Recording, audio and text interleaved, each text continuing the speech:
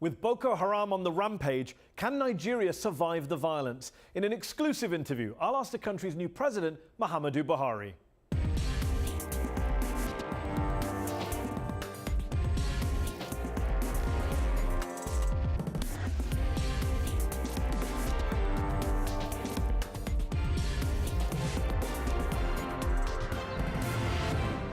I'm Mehdi Hasan, also on the show. Before the recent outbreak of violence in Israel and the occupied territories, I sat down with the retired Saudi general who's been in secret talks with Tel Aviv.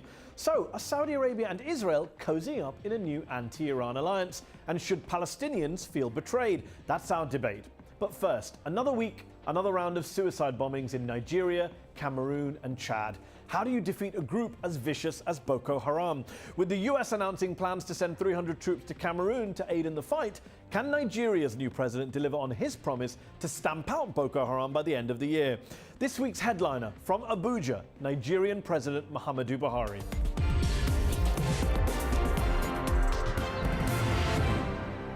President Buhari, thanks for joining me on UpFront. Earlier this year, you became the leader of a country facing a huge drop in the price of its biggest export, oil, with corruption out of control and with Boko Haram still massacring hundreds of Nigerians month after month. Is it fair to say that your country is in a state of crisis? Yeah, certainly we have been going through crisis, which we properly articulated during our campaigns, and we identified security, problem of economy, unemployment, and corruption, as we mentioned. But since we were sworn in, I believe positive action has been taken, and the results are very clear to us here and to those who are keenly observing our development. We have been able to reorganize the military. They have retrained. They are in the process of re-equipping, and they are certainly gaining grounds against Boko Haram. Let's talk about Boko Haram, whose brutal campaign of violence has led to more than 20,000 deaths. Since 2009, more than 1.5 million Nigerians displaced from their homes in the north of the country. You've told your army chiefs, I believe, that you expect Boko Haram to be defeated by the end of this year, by December. Surely that's completely unachievable. That's a fantasy deadline. Yeah, well, you are entitled to your own opinion. When I gave the service chiefs a target of end of December, it's because I'm physically on the ground. And maybe you would like to recall that we have got a Lake Chad Basin Commission comprising Cameroon, Chad, Niger, Nigeria, and Benin. And it's known that Nigeria is the main battleground. And we have agreed among ourselves to dedicate a number of troops in certain places by the end of last month, so that with the coming of the dry season by the end of there will be a spontaneous move against Boko Haram in their area of operation in the sub-region. But you say you want them defeated by December. They spent the past week blowing up targets in Nigeria, in Cameroon, in Chad. More than 1,000 people have been killed by Boko Haram since you were elected president in March of this year. Things don't seem to be getting any better. Nigerians don't seem to be any safer. On the ground, physically, things are getting better. I have just mentioned that after the reorganization, we put new service chiefs. Troops that were in the front were put back, retrained, re-equipped, and sent back again. And if you are observing clearly the area of operation, the two states, mainly Borno and Yobe,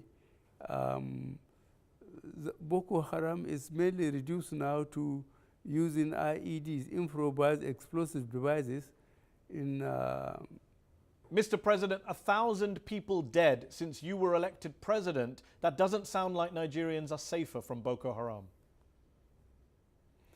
Yes, well, at least we are being honest about it. Whenever there is an attack, there are casualties, we mention it.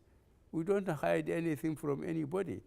But definitely in terms of occupying ground, we are gaining ground, and Boko Haram is virtually now confined to Sambisa forest. And with night operations, well coordinated, they are really fully disorganized. And as soon as the rainy season comes, which is by the end of the year, coinciding by what promise we made, Boko Haram will virtually be out of their main stronghold. And that will be the end of it. But what we cannot guarantee, really, is the question of using IEDs, improvised explosive devices, in public places. That operation by Boko Haram may continue beyond the targets that we gave. But articulated attack by Boko Haram on townships, on military installations will certainly stop. And if you don't meet your December deadline, what will you do? Will you apologize? Will you resign? What's the repercussions if you don't meet your deadline? Well, one thing you will certainly remember, I will not resign. I will be determined to stay and fight it out. Okay, and it's been 18 months now since more than 200 Chibok schoolgirls were taken captive by Boko Haram. They've still not yet been found. When you were running for president, you said to Al Jazeera that the then government knew where they were, and you attacked your predecessor for not giving a, quote, cohesive reason as to why he couldn't rescue the girls. Now you're in charge of the government, so why haven't you been able to find them yet? We have an idea where the girls are. Our main problem is, and what we promised to the constituencies where these girls have been abducted to, that we wanted to rescue them alive. There are Boko Haram leadership that wanted us to discuss, but we have to prove they are bona fide.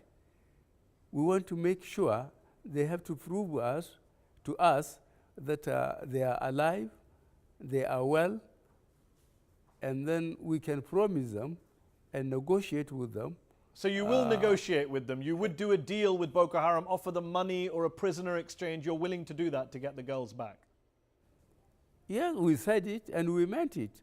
If we are satisfied that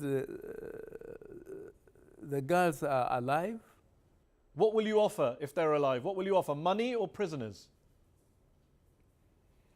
Well, it depends on the negotiation with the leadership of Boko Haram. Okay, the Nigerian military hasn't just failed to defeat Boko Haram, it's also carried out massive human rights abuses in the process. The US State Department, the European Parliament, Human Rights Watch, Amnesty International, they've all documented extrajudicial killings, torture, arbitrary arrests, burning down of homes, plenty of abuses by the Nigerian military. What are you doing as president and as a former general to stop all of that from happening? We promise to investigate and punish all those that are responsible. You say you're going to investigate and prosecute. Amnesty International this week opened an office inside of Nigeria. But have you done what Amnesty has recommended? They've given you the names of several senior military officers who should be investigated for war crimes. You've sacked a couple of them, but have you actually investigated them? Are you going to prosecute those 9 named individuals that Amnesty International has given you? I haven't received that report personally, but the reorganization of the military is part of the compliance with the observation raised by Amnesty International. If I get those documents, the way you seem to be so confident to have received them. Well, they're available publicly online. They were published a month after you took office. Your spokesman has acknowledged that he's read the report. The names are out there, and you haven't investigated or prosecuted anyone as far as we know. Are you going to prosecute the officers who are accused of committing war crimes? It's very difficult for me to start prosecuting people on the newspaper publication. I made the undertaking that if I get that report, I will take action. The person you said my spokesperson said I have seen the report. I don't think any of my spokesperson, the bona fide my spokesperson, has given me that report, and I just put it in the waste paper basket or somewhere. But Mr. President, this is not a new report. This has been going on for years. John Kerry, the US Secretary of State, talked about human rights violations from the Nigerian military in 2013. Human Rights Watch documented the burning of homes, torture in 2014. This is not a new allegation. What I want us to go beyond talking. All you are telling me that the United States Secretary of State have talked about it, Amnesty International have written, and I have told you that I haven't received this authentic document you are referring to. When I get that document, I read it, I assure you, if there are those that are guilty, they will be identified and they will be punished according to Nigerian laws. Okay, well, the human rights groups have put the evidence out there for several years now. Can I just clarify with you? Boko Haram claim to support what they call Sharia law. They've stoned women to death. They've cut the hands off of thieves. Do you yourself, I know you're a Muslim from northern Nigeria, do you support the imposition of these types of punishments across Nigeria? Because there is a quote from you from 2001 in which you allegedly say, God willing, we will not stop the agitation for the total implementation of the Sharia in the country. Is that still your view, Mr. President? Nigerians, by their constitution, have the right to pursue any religion they want to. But there is a fundamental issue here. No religion advocates hurting the innocent. Boko Haram are finding it difficult to get volunteers voluntarily now because they can't go and slaughter children in their sleep, kill people in the churches, kill people in mosques, in motor parks. Mr. President, we all agree on that. I'm asking you about punishments. Will you allow me to finish, please? They can't kill people, innocent people, and shout Allahu Akbar. They either don't believe God is great or they don't know what they are talking about. This clearly, Nigerians in the constituencies where Boko Haram are executing people, cutting hands, stoning them, as you mentioned, have understood that Boko Haram is anything but Islamic. This is very clear. We said it, we put it in writing, we mentioned it. You are very clear on that, and I think we all agree that Boko Haram are not the godly people they claim to be. I'm asking you about the punishments. Do you support the use of stoning for adultery or cutting off of hands as part of Nigerian law across Nigeria, as some say you support? No, Nigerian law does not allow for that. And you don't want to change the law to allow stoning or any of these more brutal punishments to be brought in? I cannot change it. I haven't been voted by majority of Nigerians to change the Nigerian constitution. Just before we finish, one last question. You ran for election on a campaign of change. You were the change candidate. Many people would say you're a 72-year-old ex-general. You were a military ruler, a military dictator in the 1980s. How are you the change that Nigerians want, that young Nigerians are so keen for? And can you guarantee that you won't become a dictator again? Under this system, I cannot be a dictator. I have just told you the system we are following now. The people I wanted to be in my cabinet, I have to send them to the Senate. And it's up to the Senate to find them suitable or unsuitable to be in the Nigerian cabinet. Whatever the Senate brought back by the constitution of our country, I have to act on it. Do you regret your rule in the 80s? You were accused of human rights abuses, of being a military dictator, of clamping down on the press. Do you regret that period of your life? Now you're a Democrat? If there is any injustice that can be proved against me when I was there, I will gladly apologize. But trying to stop corruption and indiscipline is not an injustice. And in fact, my coming back now under a different system is because of my performance in the last time where I was being accused of dictatorship. Because people have seen discipline, they have seen accountability, they have seen order, and therefore they wanted it back. That's why the majority of Nigerians now voted me back under a different system. Mr. President, I believe we've run out of time. You have to go. Thank you so much for joining me on UpFront. Very kind of you. Thank you. You don't need me to tell you that when it comes to the stats on gun deaths, the United States is in a league of its own. But here's 3 things you may not be aware of when it comes to the politics behind the gun control debate in the US.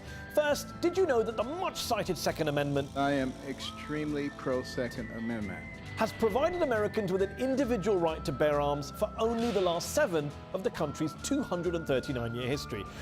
Yet, prior to a very controversial Supreme Court ruling in 2008, most US Supreme Court justices and attorneys general going back more than 2 centuries agreed that the Second Amendment was about protecting military or militia activities rather than, say, disturbed young men trying to buy assault rifles at gun shows. Former Supreme Court Chief Justice Warren Burger called the so-called Second Amendment objection to gun control one of the greatest pieces of fraud on the American people by any special interest group. Burger was referring, of course, to the National Rifle Association, the NRA. But did you know that up until the 1970s, the NRA wasn't all that interested in gun rights and more interested in gun safety and, yes, even gun control? In fact, while this is what the NRA boss says now, American gun owners will never surrender our Second Amendment freedom, period. This is what the NRA president told Congress back in 1934. Carrying guns should be sharply restricted and only under licenses. So basically, the NRA doesn't agree with the NRA. Third, most US conservatives these days are quick to invoke their hero, former President Ronald Reagan. I'm a Reagan conservative. But did you know, and do they know, that Reagan, who remember was shot in the chest in 1981, backed gun control in 1991. In fact, earlier as governor of California, Reagan signed into law a 15-day waiting period on handgun sales. What a traitor. The reality is, Reagan quite liked the idea of background checks, the NRA hasn't always opposed gun control, and the Second Amendment hasn't always meant what people think it means.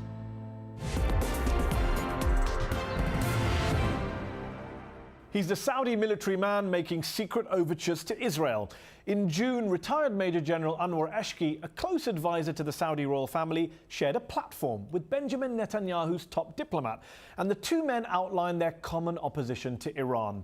So is this the start of a new anti-Iranian alliance? And are Palestinians being thrown under the bus in the process? Joining me in the arena from Jeddah is General Eshki himself, the chair of the Middle East Center for Strategic and Legal Studies. I'm also joined here in the studio by Rula Jibril, foreign policy analyst, journalist, and author of the acclaimed novel Miral, which offers a unique portrait of the Israel-Palestine conflict. Thank you both for joining me on UpFront. General Eshki, is it fair to say that such is the Saudi opposition to Iran that your country is now willing to bury the hatchet, is willing to do a deal with Israel against Iran? My enemy's enemy is my friend. This is not accurate from me because Saudi Arabia against the regime of Iran, and Saudi Arabia different point of view from Israel.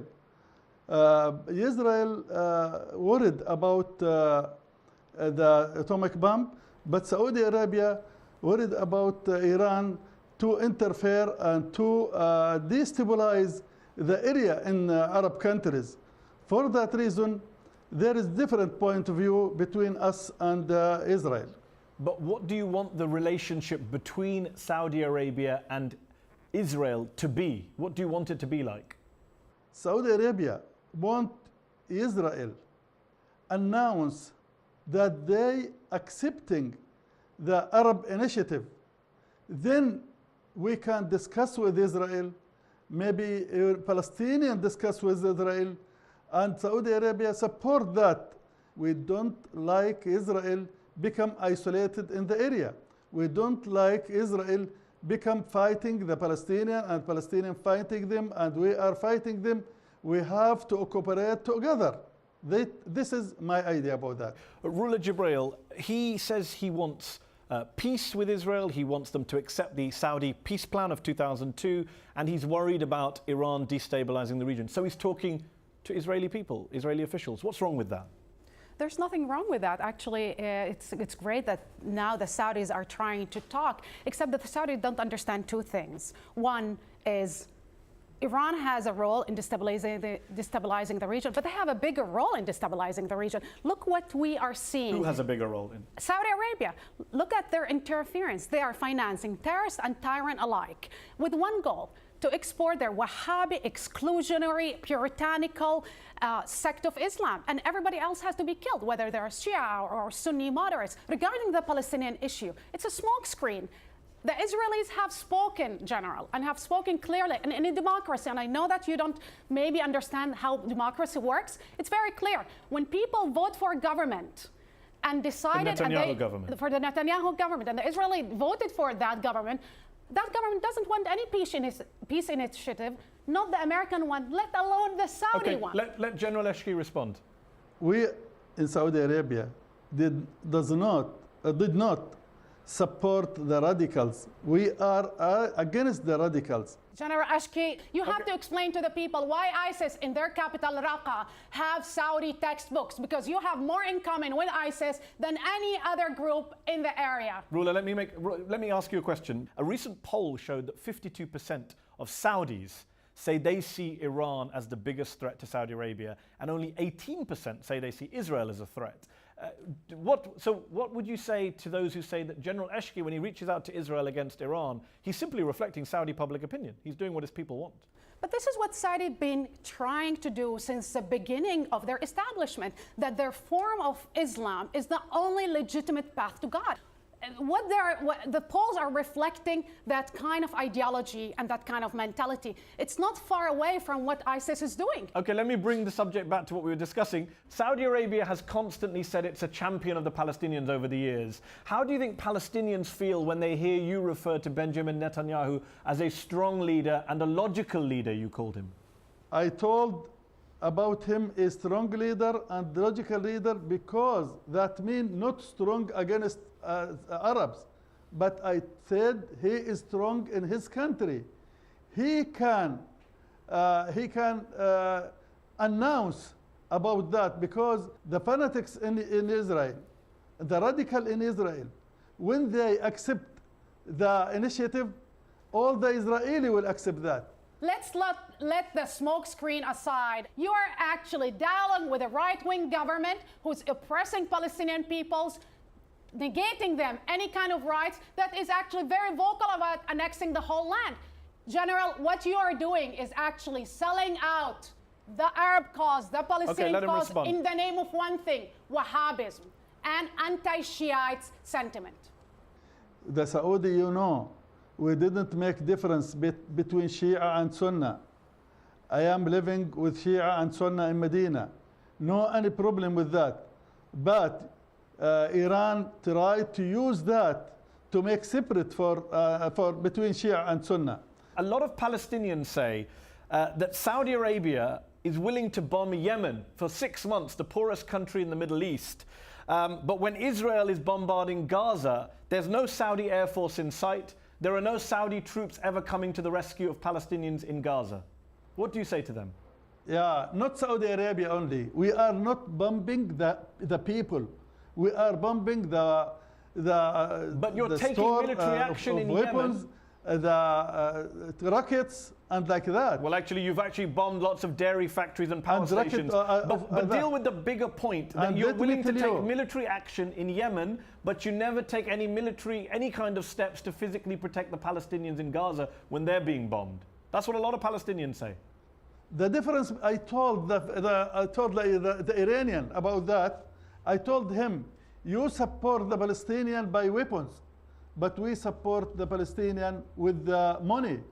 When we support the Palestinian with money, we want them to live, General. to live good, and you under give him weapons General, to destroy themselves. You're not challenging Israel on the two major issues that are relevant to the Palestinian. It's the occupation of the West Bank and Gaza and East Jerusalem, and on the segregations of almost 1.5 million Palestinians inside Israel.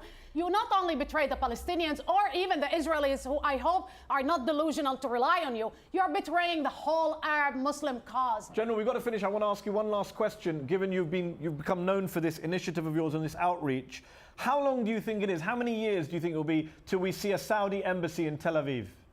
You can ask Mr. Netanyahu if he announced about that he accept the initiative. After that, and give all the rights of Palestinian, Saudi Arabia will start to make embassy in Tel Aviv. We're going to have to leave it there. Thank you both for joining me in the arena. That's our show. UpFront will be back next week.